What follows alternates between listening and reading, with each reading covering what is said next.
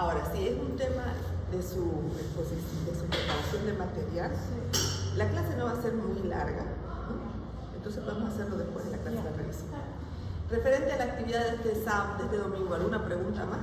¿Cuáles son los grupos que toca ir este domingo?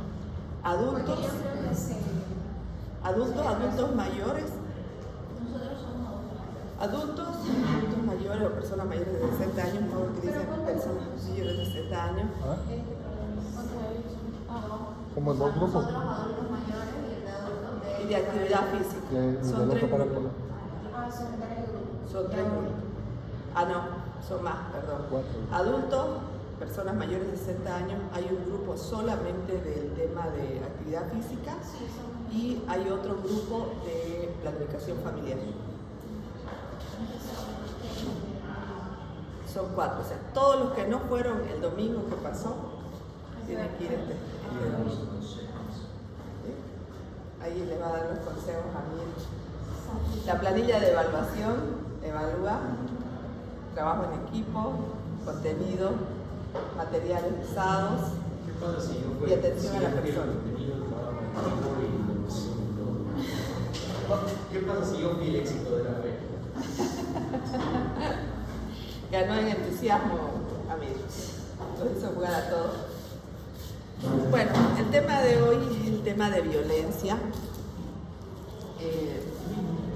Les decía que el anterior fin de semana llamó la atención en el periódico la estadística de feminicidios en Bolivia y feminicidios en Santa Cruz. Versus ya nosotros revisando el Sistema Nacional de Información en Salud, que ustedes pueden ingresar, vamos a ver que el tema de violencia es como una pirámide, como un iceberg, ¿no? Por cada caso de feminicidio que vimos, vamos a ver que por abajo hay varios casos de agresiones físicas, psicológicas, sexuales hacia una mujer que probablemente llegó a un centro de salud. Llegó a un centro de salud por algún signo o síntoma inespecífico, llegó al centro de salud por algún tipo de lesión física, les dio al centro de salud por infecciones de transmisión sexual, por infección urinaria a repetición, signos y síntomas no específicos, y nunca la detectamos, o si la detectamos, en algunos casos nos hicimos a lo OPA, y como yo he escuchado a algunos colegas decir, ay no, esos casos, prefiero no porque hay que llenar ficha epidemiológica, así que prefiero hacerme al OPA y le pongo otro diagnóstico, ¿no? Así aunque sea la mujer que haya ido y haya dicho explícitamente, esta lesión me la causó mi esposo, o que vaya un niño o un anciano refiriendo que la lesión la causó alguien de la familia. Entonces, ¿qué es violencia?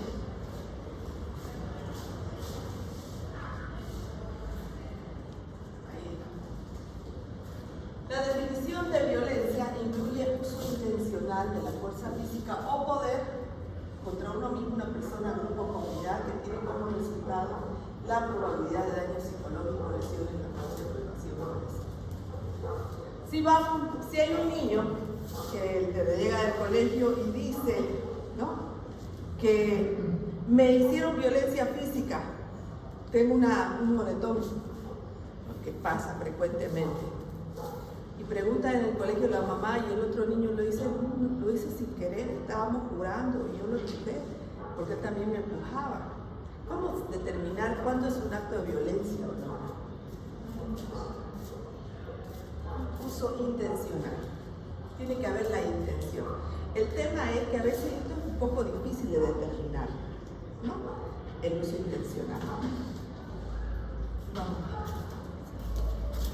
La definición según la OMS. Y la perdón por la cosa. Sí. Uno identifica la violencia. Y de ahí como médico, ¿qué procede? En la consulta nosotros podemos detectar probable violencia, podemos detectar violencia también. Probable violencia cuando hay signos o síntomas o la mujer nos refiere, pero hay un relato que no está coherente, ¿no? Puede ser. Ante cualquier duda, nosotros podemos poner probable violencia o sospecha de violencia como diagnóstico. Si tenemos la seguridad, porque alguien lo vio, está la cámara grabada, hay un celular, en una red social está, se puede poner como primer diagnóstico, es el tipo de lesión, digamos fractura, sería o si no herida o contusión.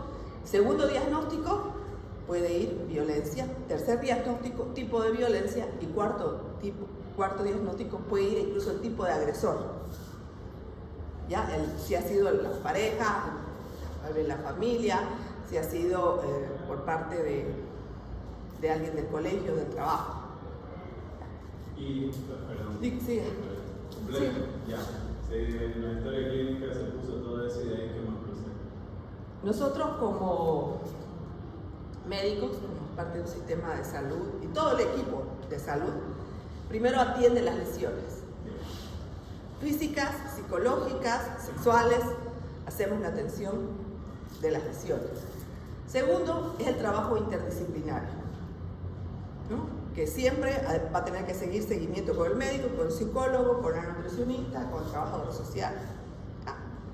Si no, estamos en un área rural donde no tenemos nada de eso, nosotros somos todo eso. Tenemos que hacer seguimiento a todos esos aspectos. ¿Ya? Como trabajamos en un establecimiento de salud donde no hay. Y el seguimiento. Lo notificamos al Sistema Nacional de Información, es nuestra primera forma de notificarlo. Al SNIS. A través de una ficha epidemiológica. Así como la ficha de dengue y así como los casos que se notifican semanalmente de dengue o de influenza. Los de influenza son diarios, pero los de dengue, por ejemplo, son semanal. Igual se notifican los casos de violencia. Hay una ficha epidemiológica, un formulario. A través de ese formulario de notificación semanal, le llega la información al programa de violencia familiar del CEDES.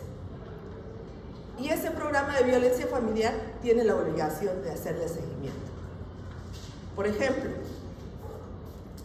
hubo una ocasión que llegó una adolescente de 16 años por una amigdalitis crónica a la consulta, vino con su mamá. Su mamá era de una religión, de un culto que no recuerdo cuál es, pero un culto que no celebraban cumpleaños y tenían ciertas prácticas diferentes. Y la amigdalitis crónica, bueno, una amigdalitis a repetición, una amigdalitis crónica. Empiezo a hacer evaluación de factores. Para ello, le pido a la mamá que se retire de la consulta. Le pido, mire señora, tengo que hacer una evaluación psicosocial a su hijo. Por favor, déjeme a solas hablar con él. Le pregunto si había iniciado relaciones sexuales cuando evalúo la S. Primero, cuando evalúo la C, en colegio, ¿cómo te va en el colegio? ¿Tienes dificultad con una materia? No, doctora, lo abandoné. ¿Hace cuánto? Hace 2 meses que no voy al colegio. ¿Y por qué? Porque mi mamá ya no quiere que vaya. ¿Por qué? Porque sucede que mucho me molestaban en el colegio. Bueno, primer factor de riesgo, colegio. Evalúo la S. ¿Has iniciado relaciones sexuales? Sí. Parte de la evaluación es preguntar, ¿utilizaste condón? No. ¿Tuviste relaciones sexuales con una persona de tu edad o mayor que ti? Mayor, tenía 40 años. Él tenía 16. ¿Has tenido otras relaciones? Sí, he tenido relaciones con varones. El motivo por el que me acosaban en el colegio es porque decían que yo era gay. Bueno, le digo, tengo que pedirte pruebas. Entre ellas tengo que pedirte VIH. Solicito VIH positivo. Para darle el diagnóstico a un adolescente que ya había abandonado el colegio porque sufría acoso, había sufrido violencia sexual, una infección de transmisión sexual, y ya tenía síntomas depresivos, no tenía objetivos de vida, a lo que me llama la atención, tenía una actitud bien plana, no tenía objetivos de vida, con desesperanza. Lo que hice es mandarlo a internar. Le expliqué el diagnóstico a él y a su mamá y le dije que tenía que irse internado. Estuve internado 2 semanas. ¿Con qué objetivo? De seguimiento psicológico, de seguimiento por el tema de violencia sexual. Entonces ya solamente llené la ficha epidemiológica, incluye una exploración física, Si no tenemos las condiciones en el consultorio para hacer una exploración vaginal o anal, hay que hacer la referencia a ginecología o a coloproctología. El coloproctólogo no me lo quería recibir. Me dijo, ay no, ese tipo de casos a mí no me gusta porque después uno tiene que llenar ficha. Entiendo muy bien, pero es un adolescente y ha sufrido violencia sexual. Tiene que examinarlo y necesito que anote en la historia clínica lo que usted examina. Tenía condilomatosis más, entonces ya está. Estuvo 2 semanas internado por el tema de la religión de la mamá, del culto que ejercía la mamá. Ella solicitó la alta de su hijo porque ella no iba a visitarlo. Me dijo la vigilancia epidemiológica, yo le dije, mire, si no le damos el manejo adecuado a esto, nos cae la defensoría del niño a nosotros más, por haber detectado un caso y no notificarlo o no manejarlo adecuadamente. Bueno, vigilancia epidemiológica le hizo el seguimiento y me dijo, ¿sabe qué? La mamá vino, lo dejó en la emergencia, se fue y no la vimos más. Y bueno, el muchacho ya ahora tiene 19 años, eso hace 3 años. Durante 3 años lo acompañé mientras estaba yo en el otro centro. Lo acompañé en el tema de su tratamiento de VIH. Pudo adherirse al tratamiento, pero y ahora es independiente, vive con tratamiento. El tema es de que el manejo es interdisciplinario, ¿no? Y que el solo hecho de haber llenado la ficha epidemiológica, ya estadística, le hace llegar al CEDES semanalmente. El CEDES le hace llegar al programa de violencia sexual y el programa de violencia sexual fue a visitarlo. Fue a hacerle la entrevista para ver si él quería denunciar el caso, para iniciar el proceso legal. Y el muchacho no quería denunciar el caso. Él dijo, no, yo lo hice voluntariamente. Y ahí me enteré de que hay una aplicación para citas entre adolescentes y adultos, que esa fue la denuncia de la ley. Hay una aplicación que maneja acá, el muchacho me la mostró, donde pueden conectarse, así como las aplicaciones de citas para pareja, sí, hay entre adolescentes y adultos. Bueno, la primera alerta para el programa de violencia fue que tenían que sancionar a esa aplicación que estaban descargándose algunos adolescentes, ¿no? Que ese es el otro tipo de violencia que vamos a ver, la ciberviolencia y los instrumentos, ¿no? Entonces, nosotros cumplimos con todo este manejo integral, no cumplimos, bueno, hacemos lo que tenemos que hacer, cumplir con todo este manejo integral y la notificación. La víctima es la que decide iniciar un proceso legal o no. Nosotros no podemos explicarle cuál es el manejo que corresponde, las vías, cuál es el siguiente paso, pero quien decide si hace la denuncia o no, ya legal, el paciente. ¿Por qué la violencia es de interés en salud pública? Porque es una causa de mortalidad y hemos dicho que un nuevo indicador que se monitorea en cuanto a salud son los años de esperanza de vida sin discapacidad. Ya no solamente queremos vivir más, sino queremos vivir mejor sin discapacidad. Aumenta el riesgo de adicciones, de sufrir enfermedades mentales o tendencias al suicidio. En una zona había muchas mujeres policonsultantes con enfermedades crónicas descompensadas de forma recurrente, y todavía hay en esa zona. Llegan las mujeres a veces cada 2 semanas por sus diabetes descompensadas, por sus crisis hipertensivas. Cuando empezamos a hacer el abordaje familiar y social, se puede detectar que son enfermedades crónicas no transmisibles, que son producto de una somatización de muchos años de violencia. Cuando hubo el curso de demencias aquí en Santa Cruz, nos preguntaron, mostraron las causas de demencia en la Argentina, a su estudio demencias en mayores de 60 años, ¿no? Y había una que aquí en Bolivia teníamos y que no tenían ellas, era violencia. Mujeres que han sufrido violencia 30, 40 años, que lo ven normal que les den y que golpeen la cabeza, y después de los 50, 60 años empiezan a hacer un tipo de violencia, ¿no? Riesgo de enfermedades crónicas como enfermedades cardíacas y problemas sociales. Datos estadísticos, esto está en la página de la OPS, de la OMS. Una de cada 3 mujeres ha experimentado violencia física o sexual, principalmente por parte de una pareja íntima, a eso a nivel mundial.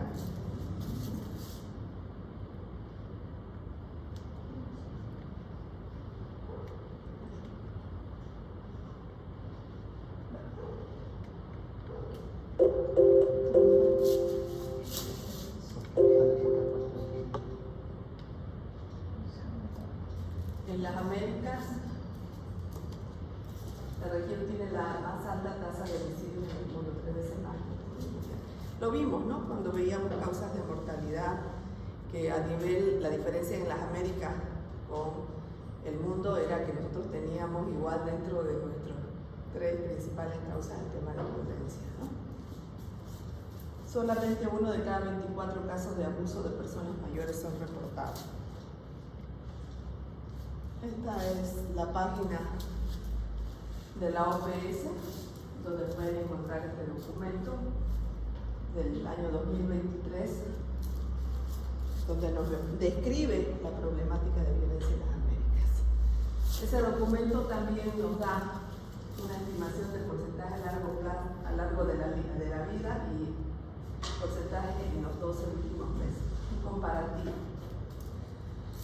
¿Qué dicen de esa tabla?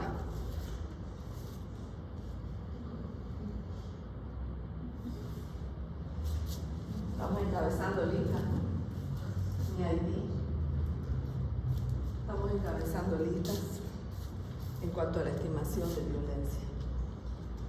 Bueno, basados entonces en ese concepto de violencia, tenemos que en el CIE-10, en la Clasificación Internacional de Enfermedades, ya ha salido el 11, pero todavía en el país utilizamos el 10, podemos encontrar primero la clasificación de lesiones, las lesiones que pueden ser intencionales y no intencionales, ¿no? Las intencionales son violencia, las no intencionales accidentes. Violencia se puede subclasificar en autoinfligida, interpersonal y colectiva. La autoinfligida, primero el suicidio, después están todas las automutilaciones que pueden existir. La violencia interpersonal, que es doméstica o intrafamiliar, y violencia en la comunidad. La violencia colectiva, violencia de derechos humanos, a través de grupos, pueblos, comunidades, y la violencia por grupos con fines políticos, económicos y sociales. De todos estos tipos de violencia, nosotros nos vamos a centrar ahora en la violencia doméstica o intrafamiliar. Pero para que ustedes conozcan todos estos tipos de violencia.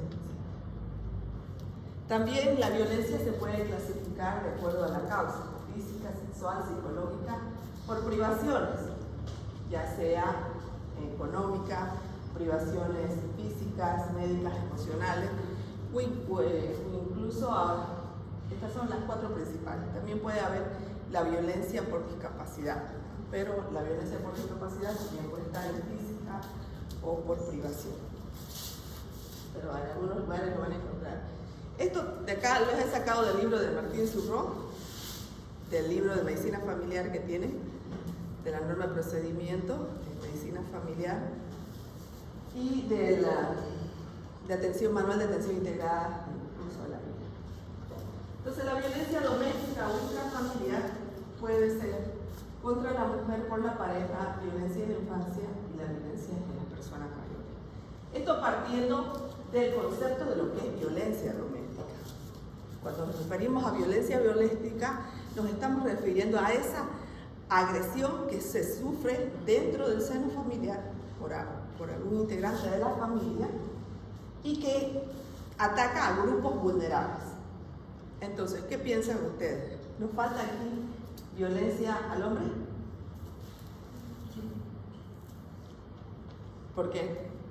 Hay igual, hay contra la mujer, por la pareja, debería decir contra la mujer o el hombre. contra la pareja, ¿no? Claro, contra la pareja, ¿no? ¿Sí? ¿Han visto casos Sí, ahí. de violencia? No, No pero la maltraten. en la noticia más cita está como la casa de la mujer, la casa del hombre, ¿verdad? Pero no. Las noticias salen igual. Tendríamos que generar estadísticas para que sea un problema de impacto. ¿De qué hay? Seguro que sí. Existe que sí, pero son casos a veces aislados, ¿no? O tal vez no investigados, o tal vez la repercusión del impacto no es tan importante como la mujer en la infancia. No son menos, pues, seguramente. Menos en cantidad y menos en cuanto a lesión, Y digamos. menos denunciados también. Porque a ese tipo de violencia contra el hombre también puede entrar en estos otros tipos de violencia, ¿no? Puede entrar en violencia colectiva, ¿m? O violencia en la comunidad, porque la violencia en la comunidad también es la violencia como el acoso laboral. ¿Qué me ibas a decir? Que yo he visto aquí incluso, ¿cómo se llama? Un club que defiende a los hombres aquí por acá, de tercera milla. ¿Y de qué los defienden?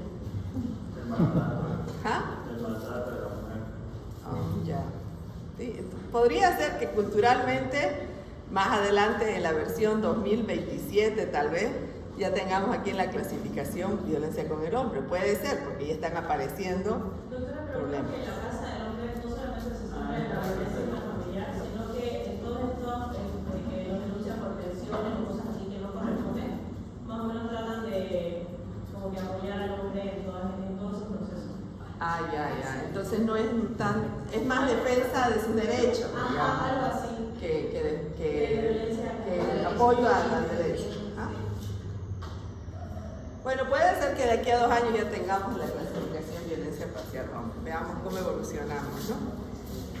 La violencia intrafamiliar o doméstica, entonces son malos tratos o agresiones físicas, psicológicas, sexuales o de otra índole donde ingresan las negligencias infligidos por personas del medio familiar y dirigidos a los miembros más vulnerables de la familia, niños, mujeres y ancianos. Y aquí tendríamos que ver qué pasa cuando las dos parejas son mujeres, ¿no? O cuando los dos son hombres, digamos, ¿no? Existe, como le denominamos a la violencia cuando son una pareja homosexual o una pareja trans. Tendríamos que revisar ahí el punto de vista legal de la zona donde estamos trabajando. Doctora, ¿no tiene una pastilla para el dolor? Aquí no. ¿Qué pasa? ¿A ella? Sí, se salió. ¿Está dolorida? No sé, parece que se lastimó en el gimnasio y está. La verdad que no tengo nada.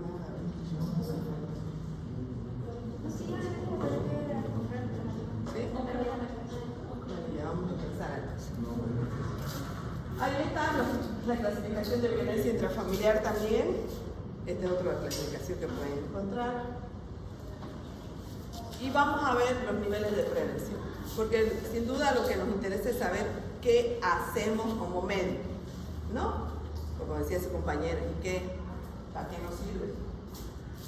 Bueno, entonces los 3 niveles de prevención. ¿Qué hacemos en prevención primaria? A modo de repaso para el examen. Antes de que aparezca. Factores de riesgo, ¿no ves? Antes de que aparezcan signos, síntomas, ¿no? En que tenemos, o en que antes que existan incluso cambios celulares. Entonces, factores en prevención primaria, vamos a describir cuáles son los factores de riesgo. Si bien no existe un perfil típico de la mujer víctima de violencia, o un perfil típico del niño, o del anciano, o del hombre víctima de violencia, sí existen características que podemos tomar en cuenta en la consulta para investigar más. Socioeconómicos. Si estamos en una zona como el África, donde la mujer es la que trabaja y el hombre es el que es como el león, ¿no? La mujer es la que trabaja, llega la comida y el hombre descansa, se reúne con los amigos. Si estamos bajo un patrón cultural como ese, podríamos pensar que vamos a encontrar más casos de violencia. Disfunción familiar o desintegración familiar. Casos en que las estadísticas de un lugar nos demuestran mayor caso de divorcios, mayor número de divorcios, ¿no? o si detectamos que una de las preocupaciones de la persona que está asistiendo a la consulta es que se está divorciando, que tenemos muchas mujeres que con signos y síntomas inespecíficos, que uno les pregunta en la consulta, ¿se siente satisfecho con el apoyo y el afecto que recibe en su familia? Y se echan a llorar, me estoy divorciando, no aguanto, ¿no? El AFCAR, ¿no, doctora? El AFCAR. Situaciones de pobreza, migración y abandono y embarazos no planificados. Características psicoafectivas del agresor y de la víctima. De la víctima, dependencia bajo autoestima, la dependencia afectiva, ¿no? El trastorno de dependencia, no el trastorno, perdón, es el tipo de personalidad, ¿no? El tipo de personalidad, rasgos de personalidad, trastorno de personalidad, ¿no? Dentro de lo que es el mundo de los problemas de salud mental, los trastornos de personalidad, uno de ellos es la dependencia, el trastorno por dependencia. Trastornos de la personalidad, dependencia emocional, celotipia en el hombre, ¿no? Esto ya en el agresor. Historia familiar de violencia. Y clásico en las mujeres, la negación del problema. Me gritan, pero pocos. Es que está cansado. Y a veces le hago enojar. Y por eso me pega, ¿no? O a veces sus hijos no se comportan bien y por eso los pega a ellos. Es que estos muchachos no hay otra forma de que aprendan. Justificando la violencia. Criterios clínicos en prevención secundaria. ¿Qué hacemos en prevención secundaria?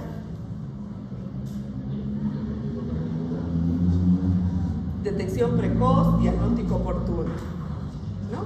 Y tratamiento oportuno. Entonces, nuestra habilidad clínica está en eso, en hacer detección precoz y diagnóstico oportuno.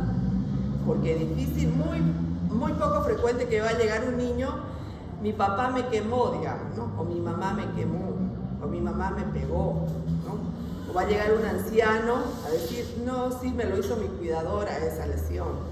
O la mujer, ¿no? Decir, no, fue mi esposo el que ando así insegura y nerviosa porque todos los días me recuerda lo mala que soy, lo asquerosa que soy. Entonces tenemos que tener habilidades de contención emocional como parte del diagnóstico y del tratamiento. ¿Qué hacer si una mujer se pone a llorar en la consulta porque se siente víctima de algún tipo de violencia? ¿Qué hacemos? Ya no existe la histeria como diagnóstico. Contenerla, escucharla. Escucharla. Pegar. Si no sabemos qué hacer, qué decir, simplemente escucharla, pasarle un vaso con agua, pasarle un pañuelo, dejarla expresarse. ¿Qué pasó? Dejarla expresarse ya es contención emocional, ¿no? Brindarle la atención integral que necesita, dejarla expresar y no juzgarla. Como una paciente, prohibido hacer zancadillas tipo de violencia. Como había una paciente víctima de violencia familiar, ella era trabajadora social, su marido tenía VIH y encima la trataba, víctima de violencia, diabetes descompensada todo el tiempo. Cuando al fin me cuenta, ¿no?, de que llevaba más de 30, 40 años sufriendo violencia psicológica, porque el marido le decía, eres una gorda fea, no servís para nada, todo el tiempo gritás, de nada te enojás, no sabes hacer las cosas bien. 30 años aguantando eso, la mando al psiquiatra para hacer un abordaje integral. Ve el psiquiatra el diagnóstico, violencia intrafamiliar. ¿Y qué le dijo? Le dijo el psiquiatra. Me miró y me dijo, ¿qué hace con eso de hombre? Bótelo de la casa de una vez, ya listo, no le voy a recetar nada hasta que no bote a su marido de la casa. Fue un tipo de terapia cognitivo-conductual de confrontación, no sé. Pero difícilmente no está aconsejado que hagamos eso, ¿no? Al menos si no tenemos experiencia para saber con quién hacerlo. Lo mejor es escuchar, ofrecer un pañuelo, ofrecer líquido para tomar, dejarla que se exprese, explicarle lo que vamos a hacer, ¿sí? Y el proceso que va a seguir también, su diagnóstico y su tratamiento. Relación empática y de respeto. Ya no solamente se habla de empatía, ahora se llama compasión, porque la empatía es sentir, la compasión es hacer.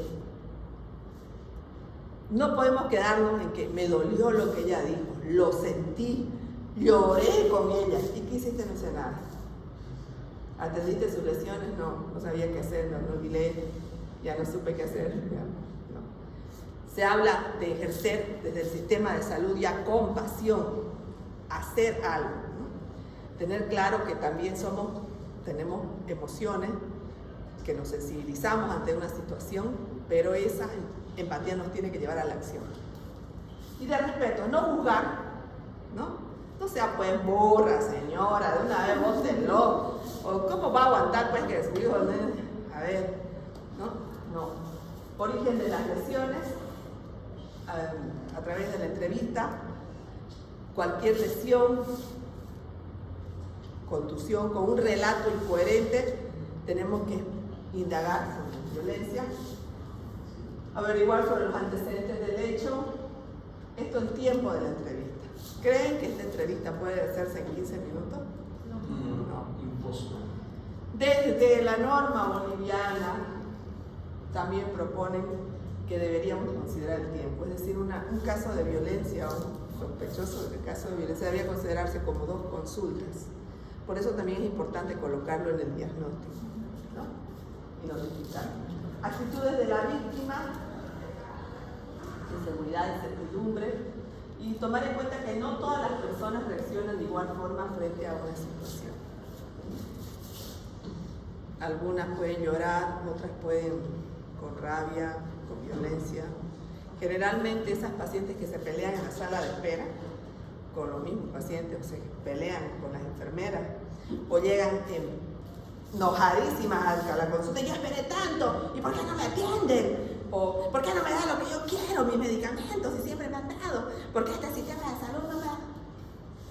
Ustedes mírenla, escúchenla, tiene algún componente emocional, algún componente de algún trastorno de salud mental, y probablemente puede haber un caso de violencia también de algún lugar, y son las mujeres que están maltratadas en la casa o en el trabajo.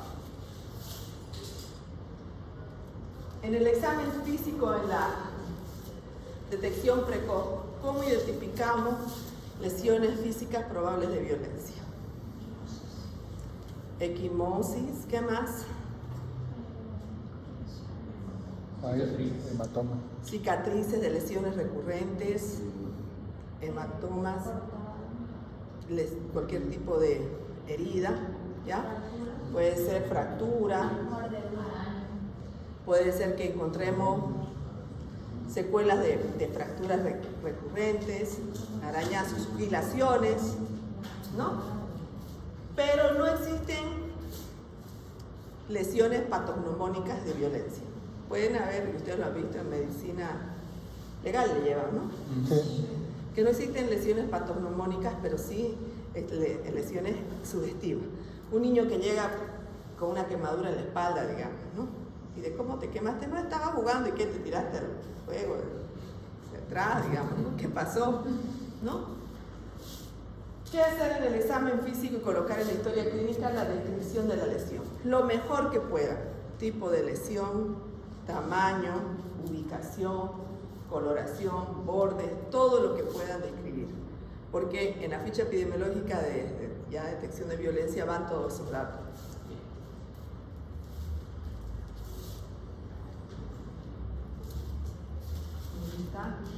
Podemos encontrar esguinces, luxaciones, también alteraciones en el examen físico en el sistema nervioso central, odontológico, lesiones odontológicas, pérdida de dientes, fractura del tímpano, ¿no? Y las alteraciones psicológicas, manifestaciones psicosomáticas. ¿Qué es una manifestación psicosomática?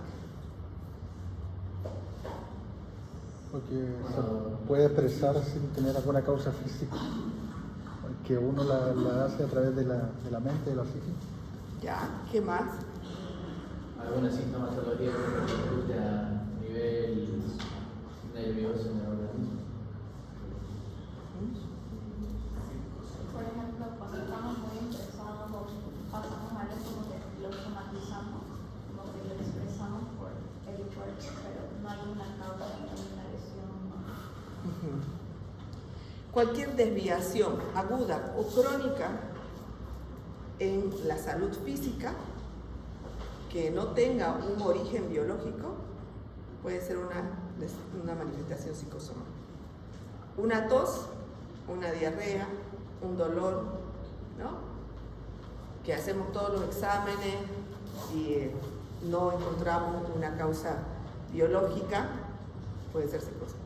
Una diabetes descompensada, recurrente, puede ser psicosomática. Una hipertensión descompensada de forma recurrente puede ser psicosomática. Una infección aguda recurrente puede ser psicosomática. Toda desviación aguda o crónica. Lo pueden consultar al doctor Carlitos Molina. Él habla bastante de este tema también. Dificultad para establecer relaciones, tristeza, inseguridad, retraimiento y aislamiento social. Ahí está lo que preguntaba su compañero. ¿Y cómo lo notamos en el diagnóstico? En el primer diagnóstico, la ubicación de la lesión y el tipo de lesión. Herida corto punzante ubicada en el antebrazo. Segundo diagnóstico, o hematoma o fractura. La sospecha en estudio a descartar o caso confirmado o caso probable. ¿No? Podemos colocar caso confirmado de violencia, violencia confirmada o sospecha. En el tercer, la forma de violencia, violencia psicológica, sexual, física. Y en el cuarto punto, el agresor. Probable agresor, la pareja, probable agresor, la mamá, el papá.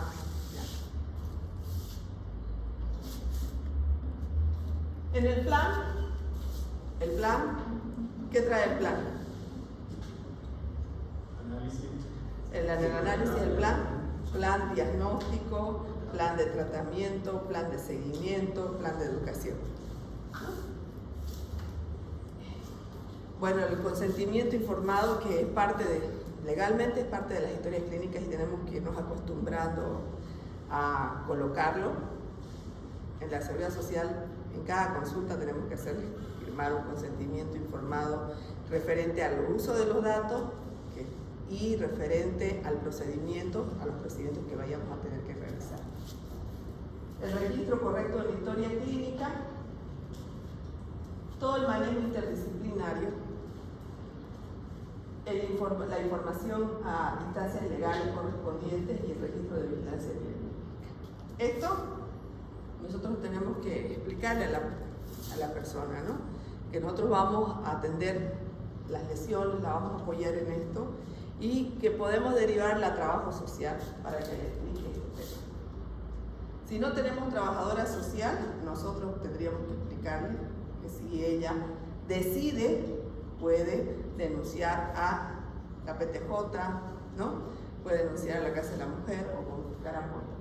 También el programa de violencia del CEDES les brinda esta asesoría legal a las mujeres que deciden denunciar, además de que el programa de violencia a la mujer del CEDES, además de proveerles el apoyo psicológico y legal, tiene una casa de acogida, una casa de acogida, porque una mujer que sufre violencia a veces la aguanta porque ¿y dónde voy a ir? ¿Y qué voy a hacer con mis hijos? ¿Y qué le voy a dar a de comer si él es el que me da? Esta casa de acogida, que es parte del CEDES, les brinda domicilio, alimentación y se quedan ahí hasta que consigan un trabajo. Doctor, entonces, en el caso que nos llega a la consulta independientemente del servicio donde estemos, digamos en el San Juan, nos llega emergencia y saben que evidentemente tiene signos de violencia, aparte de atenderle sus heridas, hacer la anamnesis y saber qué pasó más o menos, ¿cuál sería el primer paso? Entonces aquí nos tendríamos que derivar a servicios sociales. A trabajo social. Y en el caso de que no estén disponibles, Hacer la notificación al programa del CEDES. Sí, ahí te dan una ficha, así como reportar de dengue, entonces Y con esa ficha reporta. y ellos se hacen el seguimiento. Sí. Es obligación. Sí, es un programa nacional, es un programa departamental y así como tenemos dentro de la norma boliviana de expediente clínico, ¿no? Es el llenado correcto de todos los instrumentos, tenemos la obligación de llenar las fichas epidemiológicas de todos los problemas de salud de notificación obligatoria y entre ellos está violencia. Y ahora yo le hago una pregunta. En la práctica, me parece buenísimo todo eso que está ahí planteado, pero se llega a cumplir. Bueno, como te digo, los casos que me ha tocado detectar en la consulta, este caso del adolescente, necesitas tiempo, requiere de tu capacitación y de tiempo. Y el trabajo en equipo, ¿no? Porque, como te digo, Pero a veces más depende de uno, ¿te entiendes? Porque, como te digo, ustedes están recibiendo la capacitación, ¿ya? En algunas especialidades puede ser que les den la capacitación igual, y en algunas no. Entonces ven como si en tema de violencia no fuera un problema que el especialista, el coloproctólogo, o dependiendo de la lesión, el traumatólogo tenga que abordar, también tenga que intervenir. Entonces, como médicos de cabecera, independiente de la especialidad que ustedes lo detectaron al hacer seguimiento. Por ejemplo, a mí me tocó llamarla a la psiquiatra, decirle: doctora, estoy mandando este caso, por favor atiéndalo hoy día. Doctora, tiene síntomas depresivos con riesgo de suicidio, hay que internarlo, consigamos cama. Vigilancia epidemiológica, una cama, el paciente está yendo. Por esta razón no se está transfiriendo. Porque al ser un problema de salud de notificación obligatoria, quien tendría que apoyarnos es vigilancia epidemiológica. ¿Ya? Y esos profesionales, un conjunto interdisciplinario, es porque ¿en dónde puede ser en la caja? Sí. Ahí posiblemente lo tienen, pero un primer nivel, por ejemplo. Claro, yo trabajo en primer nivel, o sea, trabajaba de la anterior semana, estoy en el hospital ahora. Tendría que reportar a un segundo nivel donde haya, o el primer nivel hay. En el primer nivel tendría que haber psicóloga, trabajadora social, nutricionista. Nosotros tenemos nutricionista y trabajadora social. ¿Ya? Con ella nos colaboramos. Entonces, el trabajo, al ser un problema de salud de notificación obligatoria, hasta el estadístico tiene que saber que esa ficha epidemiológica, cuál es la que tenemos que llenar, y él tiene que saber qué va a hacer con esa ficha epidemiológica. Porque es igual que el programa dengue, o que el cáncer cuello uterino o cáncer de mama. No, todavía no, el cáncer de cuello uterino y el cáncer de mama se notifican mensualmente. En cambio, esto es semanal, es como dengue, como hepatitis. En la realidad, ¿se puede hacer? Sí se puede. Depende de la capacitación, ¿no? Al ser un problema tan importante, es por eso que ahora lo incluimos dentro de la formación, ¿no? Y ojalá que dentro de sus especializaciones también lo incluyan. ¿Han visto cuán frecuente es, ¿no? Entonces, Y ahí qué tan importante igual no tratar el caso como violencia, sino como probable violencia como sospecha. no, sino como a la persona. O sea, la atención ahí entra. Exacto. La persona ¿Y qué tal si la persona te dice, la mujer o el niño, pues, te dice: no quiero denunciar, tampoco lo voy a dejar, quiero seguir viviendo con él? Autonomía del paciente. Tienes que seguirlo atendiendo con todos los recursos que tengas disponibles. Pero tiene que dar el registro para que. Pero tienes el registro. Tienes el registro, lo notificaste, tienes el registro, tienes que seguirlo atendiendo. Ha sido respetar su decisión, ¿no? Quiero seguir viviendo con él o con ella. Y si miente, por ejemplo, típico que uno ve que dice, bueno, vea, digamos, a la mujer en la cara y le dice: no, me pego a la puerta o se me cayó algo. Y uno detecta la mentira y sabe que es mentira. O sea, saber que es mentira es difícil. Yo les digo también, me dicen: ¿y cómo sabes que no te están mintiendo, que están fingiendo los síntomas? Uno, Yo no tengo detector de mentiras dentro de mi consultorio. Yo anoto, registro lo que el paciente me dice. Si el paciente miente, es su responsabilidad.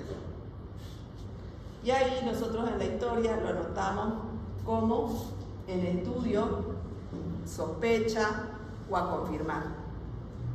¿Ya? Y podemos hacer el seguimiento con ese diagnóstico. Decir que el paciente me está mintiendo de verdad, ¿cómo? No entiendo. Tendríamos que tener videos, no sé, no somos detectives, ¿no? No tenemos máquinas de registro de detector de mentiras. Nosotros anotamos, registramos todo lo que el paciente dice. Si el paciente está mintiendo, el riesgo legal es para él, que ya lo hemos encontrado en la consulta. Fingir síntomas por tener baja médica y después llega el informe de la empresa detallado de lo que encontraron haciendo. Nosotros nos encargamos, él dijo esto, otro, aquello, la sanción va por parte de ustedes. Nosotros no somos investigadores o detectores de mentiras, ¿no? Aquí. Documentos, todo esto de acá. Ya hay el Día Mundial de Violencia contra la Mujer, ¿no? Por el impacto del problema de salud y también de la prevención hacia los niños y a los adolescentes. Todos estos documentos están en la página de la OPS, hay un curso gratuito igual para realizar su certificación. Vámonos ya, hemos hablado de violencia en general. Violencia contra la mujer, los tipos de violencia, donde está incluido ahora la ciberviolencia. Los factores, las causas, pueden ser factores sociales, comunitarios, relacionales o individuales. Si la estadística es tan fuerte, probablemente de todas las mujeres que estemos presentes ahorita, en algún momento hemos vivido o vamos a vivir en un caso de violencia. Entonces, podríamos trabajar en los factores sociales, podemos intervenir poco, ¿no? En los comunitarios, pero sí podemos intervenir en esto, en nuestros factores relacionales individuales. Y todos los colegas médicos y todos los varones que tienen mamás, abuelas, hijas, también pueden trabajar en estos dos factores. En los factores, aprender a relacionarnos, aprender a poner límites en un relacionamiento por libre elección cada mujer, o cada persona incluso, ¿no? Pueden encontrarse ustedes igual con los varones con una mujer dependiente que no los quiere dejar y los empieza a acosar por no haber puesto límites en una relación a tiempo, ¿no? O sea, aprender a poner límites es parte de la formación integral que todos tenemos que tener. En la mujer puede haber violencia física, psicológica, sexual, económica y también el tema de la ciberviolencia. ¿Qué es violencia física? Son todos los tipos de lesiones. Además, el impedir las necesidades físicas cuando una persona discapacitada con un problema de salud mental, no le damos el medicamento, no le damos el alimento, también incluye violencia física. Psicológica, cuando se afecta la dignidad de la persona. Entonces ahí trabajan los límites, porque puede ser que a mí, yo estoy acostumbrada que a mí me manden a cierta parte. Ay, sí, yo estoy acostumbrada de mi papá que me traten así, que me pongan estos apodos que no me gustan, digamos, ¿no? Pero en el momento que vemos afectada la dignidad, cada uno es libre de poner sus límites, ¿no? Y hacer respetar su dignidad y su integridad psíquica. Entonces, violencia psicológica incluye desvalorizaciones, lenguaje humillante, insultos, amenazas. Y la violencia vicaria, que es el daño moral a través de las acciones que hacen los hijos. Utilizar a los hijos para hacer violencia psicológica a la mamá. La violencia sexual, cualquier acto que afecte la libertad sexual de la persona y lesionan su dignidad. Y aquí también entra el ciberacoso sexual, la sextorsión, la pornodifusión no consentida. En violencia sexual, la violencia económica, acciones que omite o omisiones que afectan la economía y la subsistencia de las mujeres. No pagarles el salario que les corresponde es un tipo de violencia económica. Negarle la posibilidad a que una mujer elija tener una opción de trabajo que mejore su situación económica también. Esta es la pirámide de la violencia. Si queremos hacer prevención de violencia en la comunidad, tenemos que entender como una pirámide, ¿no? Por cada feminicidio, antes hubo condiciones de desigualdad, que es por eso que se busca la equidad, ¿no? Igualdad de derechos, responsabilidades, la violencia de baja intensidad y el ley del hielo, por ejemplo, ¿no? Ese tipo de violencia, todas estas violencias que hay, ¿cómo es? Love bombing, ¿qué más hay? Ghosting. El ghosting, el gaslighting, ¿no? Después viene el maltrato psicológico, el maltrato físico y la muerte por homicidio. Entonces, si queremos prevenir la violencia, tenemos que empezar por ofrecer condiciones de igualdad para todas las personas, hombres y mujeres, ¿no? Mismas oportunidades, mismos derechos, con la libertad para decidir. ¿Y cómo cree usted que está acá el país con respecto a la desigualdad? Usted como profesional, como médico. Ya. La verdad es que he visto que hemos evolucionado. Cuando yo era residente, por ejemplo, yo me embaracé en la residencia y en ese entonces el residente de primer año era el perro del hospital, digamos, ¿no? ¿Ah? Sigue siendo. No me digan que no hemos evolucionado de eso. Entonces veía que por ser mujer no tenías derecho a embarazarte, digamos, ¿no? Y que ya me decían, hasta las mismas colegas mujeres me decían, al entrar a la especialidad les deberíamos hacer colocar té de cobre a todas las que entran a la especialidad. O sea, el O, digamos, ¿no? Hemos evolucionado. Ahorita yo soy jefa regional de docencia de la CAJ desde hace 2 semanas y he visto cómo hemos evolucionado hacia la oportunidad que tenemos las mujeres en el ámbito laboral, y tiene mucho que ver también con el nivel de formación, no solo nuestro, sino también de todo, ¿no? He visto que hemos mejorado, pero en los niveles profesionales, pero en los niveles que son de formación básica existe mucha desigualdad, ¿no? Yo las veo a las pacientes, que incluso algunas siendo profesionales, se hacen cargo de la casa, del marido, de todo, y el otro bebe y fuma y nada más, ¿no? El nivel de formación.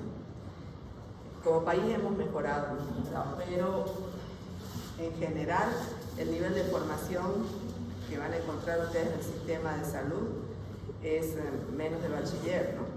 Entonces ahí esto hay igualdad. Hemos mejorado, vamos a seguir mejorando. El ciclo de la violencia, lo ideal también es detectar los niveles de tensión.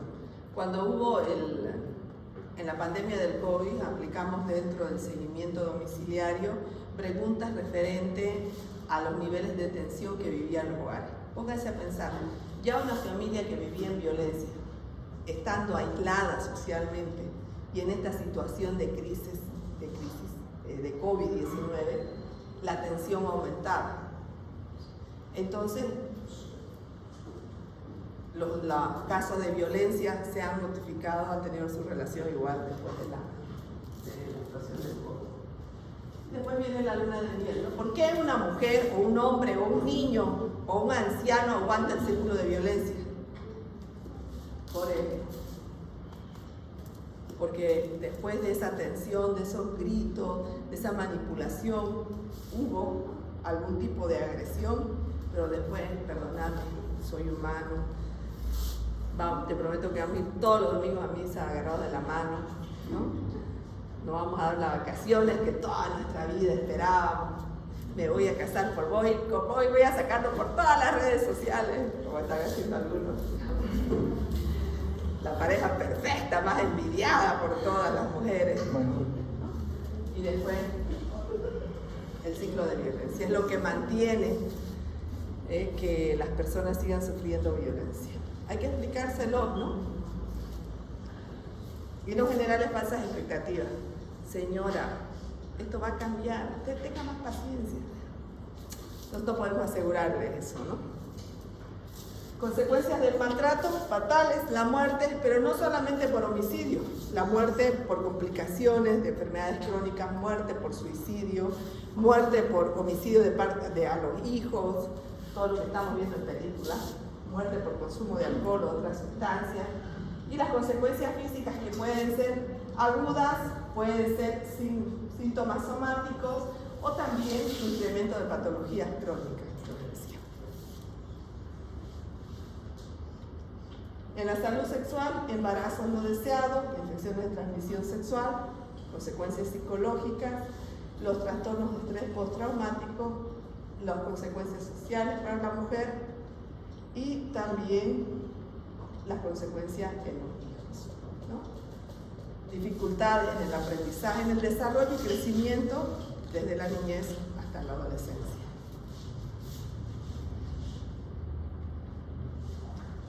La actuación, en realidad lo que hemos visto, prevención primaria, secundaria, terciaria, destacar que es un manejo interdisciplinario o multidisciplinario, si quiere transdisciplinario, intersectorial, no solamente responsabilidad del sistema sanitario, también del sistema de educación, ¿no? Ahí está. Te va. Ahí está.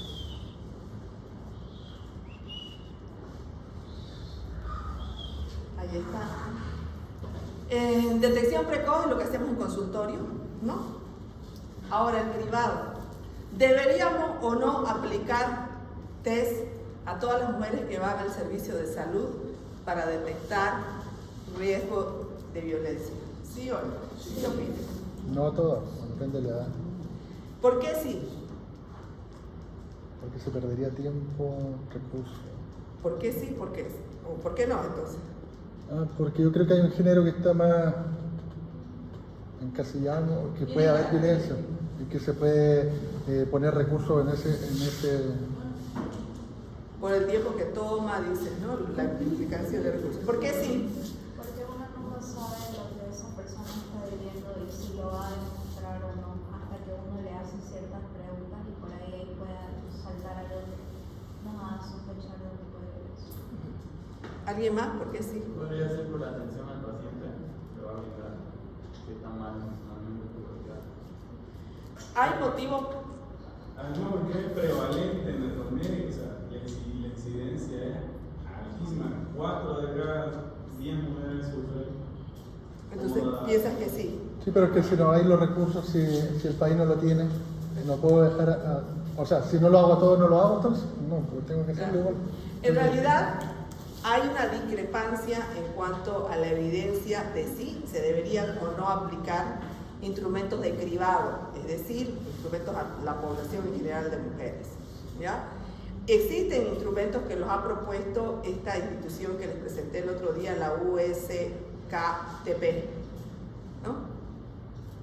Hay instrumentos, pero ¿cuál es el riesgo? Uno, no podemos, recuerda que esa misma organización nos recomienda que no hagamos detección precoz de algo que no podemos hacer nada, ¿no? ¿Para qué vamos a aplicar instrumentos de cribado? No de detección precoz, pero de cribado, si no tenemos todas las herramientas dentro del sistema sanitario o del establecimiento en el que estamos trabajando. Ahí no podríamos aplicar, ¿ya? Sí podríamos justificar la aplicación por esto del impacto, la prevalencia del problema de salud. Por lo menos para estadística. Sí, ¿no? Pero el otro riesgo es que se tienda a solamente brindar atención integral a aquellas mujeres que han pasado el cribado, cuando en realidad no existe un perfil de la mujer o del niño o del anciano víctima de violencia, cuando no existen lesiones patognomónicas y cuando todos, hombres y mujeres, niños, adolescentes, todos, podemos ser víctimas de violencia. Ese es el otro riesgo. Entonces, la aplicación o no de instrumentos de cribado va a depender de estas condiciones. Tenemos las condiciones en el servicio sanitario, ¿no? Y el lugar donde estemos. Tal vez estamos en Europa, donde hay alta población migrante. Entonces vemos que en Europa los casos en general son bajos, pero al ser haber población latina, vale la pena hacer este cribado, puede ser, ¿no? En general, no, como les digo, no es concluyente si se deberían o no. Existen instrumentos de cribado, pero no es concluyente. Va a depender de esto, ¿ya? Es que lo he visto que en alguna actividad de prevención sus compañeros lo proponían. ¿Qué preguntar para detectar adecuadamente violencia? Si tiene algún tipo de lesión o hematoma, preguntarle, me preocupan sus lesiones. Demostrar cercanía, empatía y compasión. Me preocupan sus lesiones. ¿Quiere contarme cómo se las produjo? ¿O qué le ocurrió? La noto tensa, muy insegura. ¿Cómo van las cosas en la casa? ¿Cómo es el trato hacia usted en la casa? O preguntarle, ¿se siente satisfecha? Lo que es el habla, ¿no? ¿Se siente satisfecha con el apoyo y el afecto que recibe de su familia? ¿Se siente segura? Actitudes que se deben evitar en la entrevista. Dar la impresión que todo se va a resolver fácilmente. Es un proceso. Generar falsas expectativas. Decir que basta contratar a la pareja para que todo se arregle, porque en los programas de violencia incluyen en otros países el manejo al agresor, va a terapia. Se trata a la mujer y se trata al agresor. En nuestro país no tenemos dentro de nuestro programa manejo para el agresor. Crear culpabilidad en la mujer, no imponer criterios o decisiones. Ahí está otras situaciones. El algoritmo. Aquí en los diferentes tipos de maltrato, de violencia doméstica, vamos a ver en el niño que uno de los tipos de violencia que vemos en los servicios de salud también es la negligencia, ¿no? No lo llevan a su vacuna, no le dan los medicamentos, no le cambian los pañales, no lo bañan adecuadamente. Es un tipo de violencia. Y también en el tema de abuso sexual. En niños no significa tener relaciones sexuales con niños solamente, sino significa cualquier acto de satisfacción sexual, de gratificación, ya sea mostrándole películas, ya sea contándoles chistes que no le corresponden. Ese es un tipo de violencia sexual también. Que estén viendo cómo se llama hay un osito que parecería que es una película para niños. Teddy. Parecería que fuera una película para niños, pero es un osito. Manrique hoy día nos estaba mostrando otro. Bueno, eso. Ya todo esto también lo van a encontrar allá, pero prácticamente los tipos de violencia en los diferentes grupos de vulnerabilidad son similares, y también existe como violencia en la comunidad el acoso escolar, ¿no? Que deberíamos manejar a la víctima y también al agresor. ¿Alguna pregunta hasta aquí? Está claro.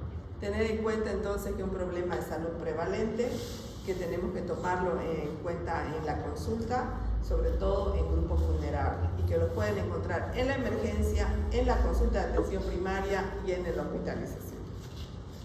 Y que necesitamos mejorar nuestros programas para poder hacer mejor detección precoz y cribados. ¿Ya? ¿Ninguna pregunta, comentario? ¿Hacen capacitación, doctora, para tratar todos estos temas a los profesionales? ¿Sabes cómo inicié yo al colocar este tema? Ya, que me hagan recuerdo en la lista. Ya. ¿Cómo inició? Hubo una capacitación para docentes de la universidad y hubo de universidades a nivel del CEDES, 1, 2, el tema de que nos pidieron informe del CEDES de en qué parte del plan incluíamos la capacitación en violencia en el pregrado. O sea, sí, pasa a ser un requisito, ¿no?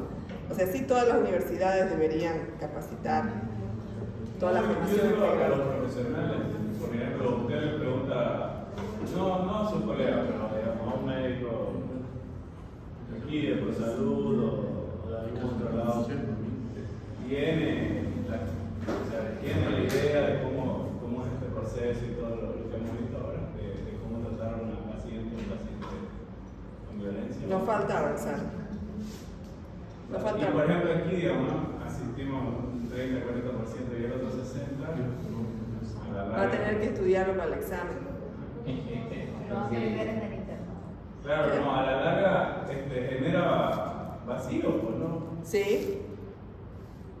Sí genera vacío porque esta es nuestra realidad, ¿no?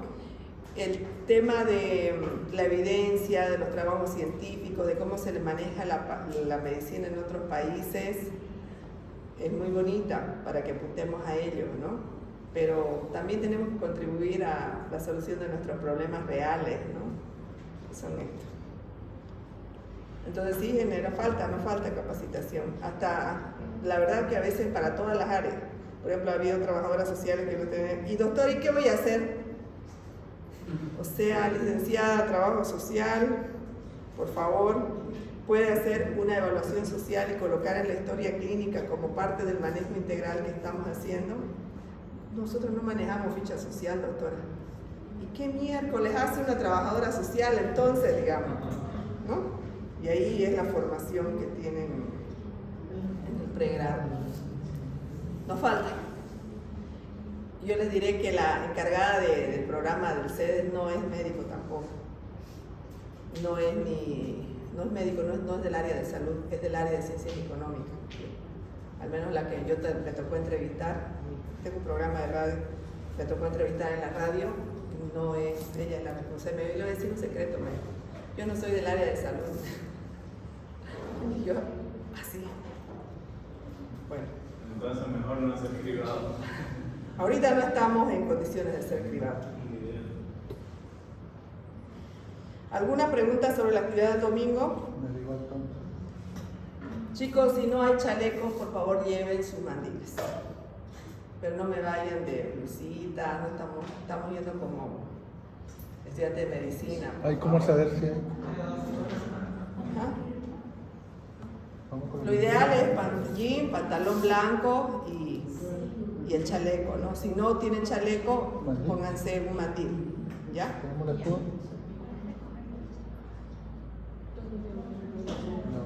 ¿Alguna pregunta?